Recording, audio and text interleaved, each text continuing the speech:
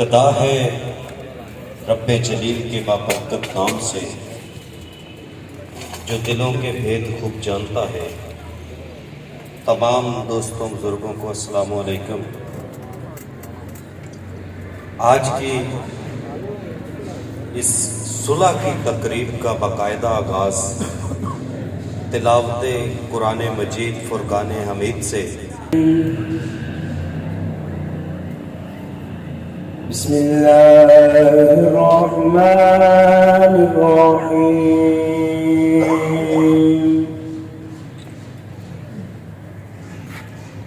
ألم نشرح لك صدرك ووضعنا عنك وزرك الذي أنقض ظهرك ورفعنا لك ذكرك فإن مع العسر يسرا إن مع العسر يسرا فإذا فرغت فانصب وإلى ربك فارغب آمنت بالله صدق الله العظيم۔ یہ عارف والا کی تاریخ کا پہلا ایسا واقعہ ہے جس کی سوا الحمدللہ امن پسند ایم پی اے جناب چودھری نعیم ابراہیم کی خصوصی کاوش اور ان کے ساتھ جتنے بھی احباب جنہوں نے صلح میں شرکت کی، میری دعا ہے کہ اللہ تعالیٰ ان سب کو اور عزتیں دے۔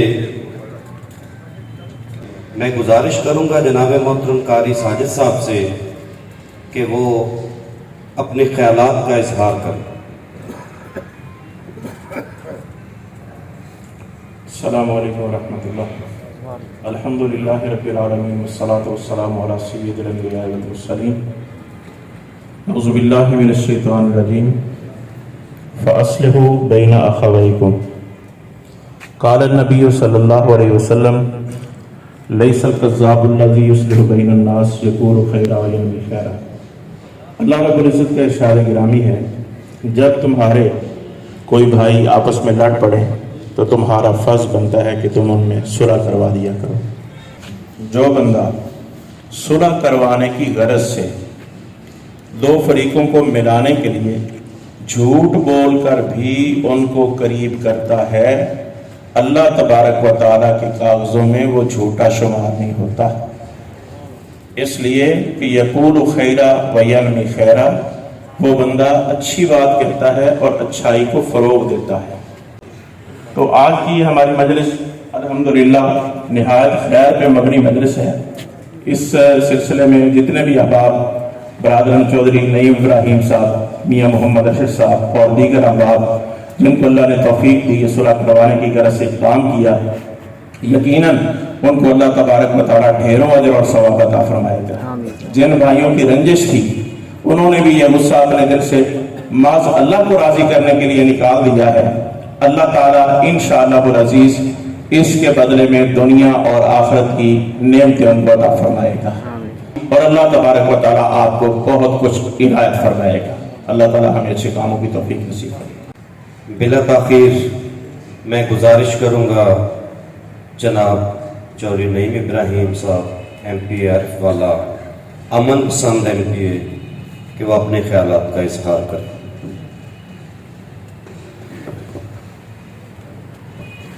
بسم اللہ الرحمن الرحیم۔ سارے دوستان بھائیاں السلام علیکم۔ میں اپنے رب دا بے حد مشکور ہاں کہ جنہیں مینوں انی ہمت دیتی۔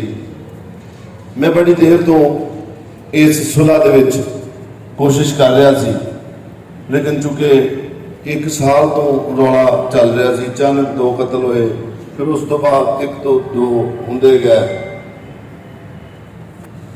میں پہلے دن جدو میاں افسر صاحبہ میرے بے حد قابل محترم بھائی ہے، ਇਹਨਾਂ ਨੇ ਹਰ ਕਦਮ ਤੇ ਰਹਿਨਮਾਈ ਕੀਤੀ।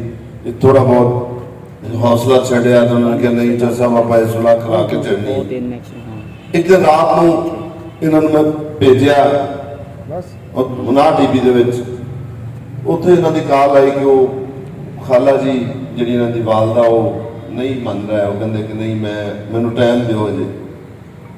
ਤੇ ਮੈਂ ਕੋਸ਼ਿਸ਼ ਕੀਤੀ ਕਿ ਤੁਸੀਂ ਰੁਕੋ ਮੈਂ ਵੀ ਆ ਜਾਣਾ।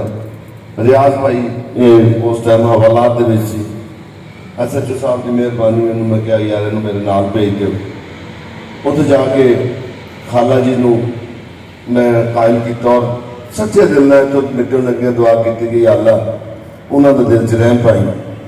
ਉਹਨਾਂ ਨੇ ਫਿਰ ਭਾਈ ਹਰਾਂ ਨੇ ਦੱਸਿਆ ਜਿਹੜਾ ਜੇਲ੍ਹ ਸੀ, ਮੇਰਾ ਬੇਟਾ ਇੱਕ ਜੇਲ੍ਹ 'ਚ ਆ, ਮੈਂ ਇਹਨੂੰ ਜੇਲ੍ਹ 'ਚ ਜਾ ਕੇ ਮਿਲ ਕੇ ਆਇਆ, ਘੰਟਾ ਇੱਥੇ ਵੀ ਲਗਾਇਆ ਹੈ, ਇਹਦੀ ਵੀ ਮਿਹਰਬਾਨੀ। ਰਾਸ਼ਦ ਭਾਈ ਕਦਮ ਕਦਮ ਇਹਨੂੰ ਅਸੀਂ ਕਾਇਲ ਕਰਦੇ ਰਹੇ ਔਰ ਇਹਨੇ ਪਹਿਲੇ ਦਿਨ ਤੋਂ ਹੀ ਕਹਿ ਦਿੱਤਾ ਕਿ ਉਹਨੇ ਕਿਹਾ ਜੋ ਸਭ ਜਿਸ ਤਰ੍ਹਾਂ ਤੁਸੀਂ ਬਿਹਤਰ ਸਮਝਦੇ ਹੋ ਤੇ ਅਸੀਂ ਹਾਜ਼ਰ ਹਾਂ। ਮੈਂ ਸਮਝਦਾ ਕਿ ਇਹਨਾਂ ਦੋਨਾਂ ਖਾਨਦਾਨਾਂ ਦਾ ਮੇਰੇ ਤੇ ਬਹੁਤ ਵੱਡਾ ਆਸਾਨ ਆ ਔਰ ਇਨਸ਼ਾਅੱਲਾ ਜਿਸ ਨੀਅਤ ਨਾਲ ਸੁਲ੍ਹਾ ਕਰ ਰਿਹਾ, ਮੈਨੂੰ ਆਪਣੇ ਰੱਬ ਤੇ ਯਕੀਨ ਹੈ ਕਿ ਮੁਸਲਮਾਨੀ ਸੁਲ੍ਹਾ ਕੋਈ ਹੀ ਬੰਦਾ ਆਪਣੇ ਦਿਲ 'ਚ ਮੁਨਾਫਕਤ ਲੈ ਕੇ ਸੁਲ੍ਹਾ ਨਹੀਂ ਕਰ ਰਿਹਾ। ਇਸ ਦੇ ਬਾਵਜੂਦ ਵੀ ਮੈਂ ਸਭ ਤੋਂ ਜ਼ਿਆਦਾ ਮਸ਼ਹੂਰ ਭਾਈ ਮੁਸ਼ਤਾਕ ਦਾ ਪੰਜਵਾਂ ਕਤਲ ਇਹਨਾਂ ਦਾ ਭਾਂਜਾ ਹੋਇਆ ਸੀ। ਇਹਨਾਂ ਦੇ ਨਾਲ ਦੋ ਦੇ ਨਾਲ ਕੋਈ ਤਲਕ ਨਹੀਂ ਸੀ। ਇਹਨਾਂ ਦਾ ਬਹੁਤ ਵੱਡਾ ਆਸਾਨ ਆ।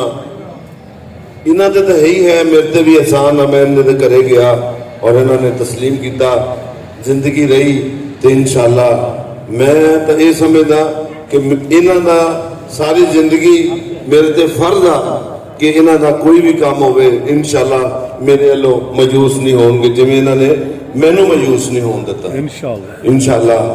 ਉਸ ਤੋਂ ਬਾਅਦ ਵੈਸੇ ਤੇ ਇਹ ਸੁਲ੍ਹਾ ਮੁਸਲਮਾਨੀ ਹੈ, ਕੁਰਾਨ ਤੇ ਹੈ, ਲੇਕਿਨ ਇਸ ਬਾਵਜੂਦ ਵੀ ਮੈਂ ਆਪਣੀ ਤਸੱਲੀ ਵਾਸਤੇ ਘਰਾਂ ਦੀ ਤਸੱਲੀ ਵਾਸਤੇ ਤੁਹਾਡੇ ਦੋ ਘਰਾਂ ਦੇ ਦੋ ਬੰਦਿਆਂ ਦਾ ਇੱਕ ਪ੍ਰਨੋਟ ਲਾਂਗਾ ਜਿਹੜਾ ਫਾਰ ਗਰੰਟੀ ਮੇਰੇ ਕੋਲ ਪਿਆ ਰਹੇਗਾ, ਤਾਂ ਕਿ ਤੁਹਾਡੇ ਦਿਲ 'ਚ ਵੀ ਥੋੜਾ ਜਿਹਾ ਡਰ ਵੀ ਹੋਵੇ, ਅੱਲਾ ਦਾ ਡਰ ਵੀ ਹੋਵੇ। ਤੇ ਤੁਸੀਂ ਵੈਸੇ ਤੇ ਬੰਦੇ ਨੂੰ ਅੱਲਾ ਦਾ ਡਰ ਹੀ ਬਹੁਤ ਕਾਫੀ ਹੁੰਦਾ ਕਿ ਬੰਦਾ ਇੰਨੇ ਬੰਦਿਆਂ ਦੇ ਵਿੱਚ ਮੁਸਲਮਾਨੀ ਸੁਲ੍ਹਾ ਕਰਕੇ ਕੋਈ ਹਰਕਤ ਕਰੇ।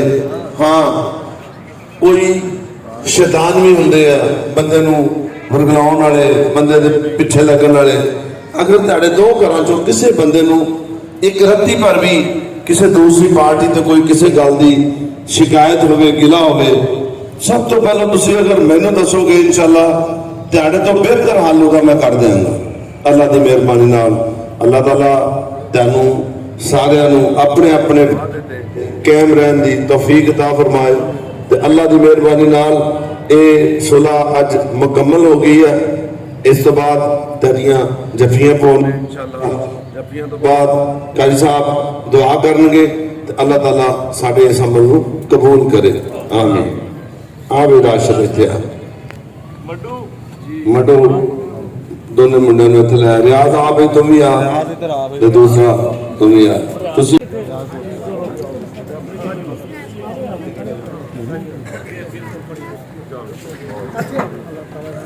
ਦਿਲ ਸਾਫ਼ ਕਰਕੇ ਨਾ ਰਿਆਜ਼ ਅੱਲਾ ਦੀ ਮਿਹਰਬਾਨੀ।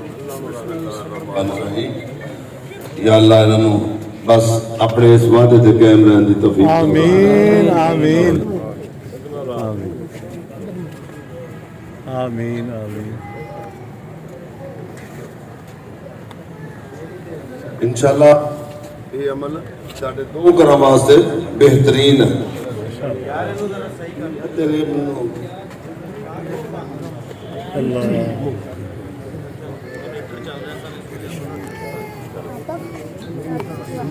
बहुत मेहरबानी, बहुत शुक्रिया।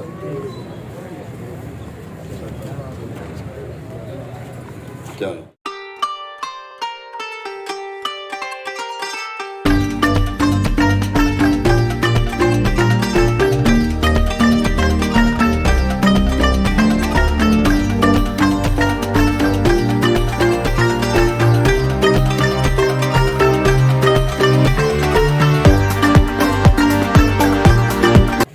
ਚਾਚਾ ਮਨਜ਼ੂਰ ਦਾ ਇਸ ਸੁਲ੍ਹਾ ਦੇ ਵਿੱਚ ਬਹੁਤ ਬੜਾ ਹੱਥ ਹੈ।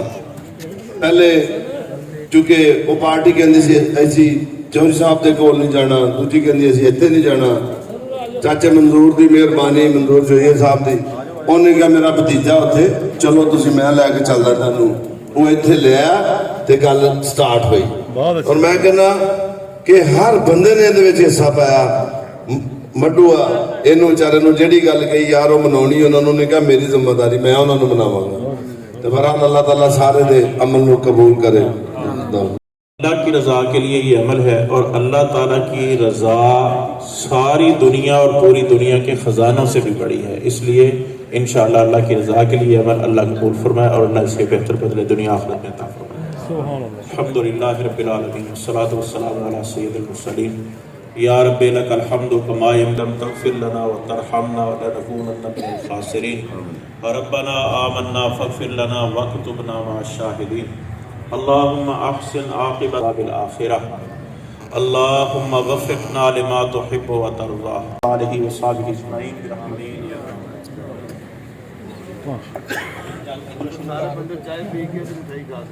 तमाम दोस्त अहबाब से गुजारिश है कि मिठाई खा के चाय पी के फिर जानिए।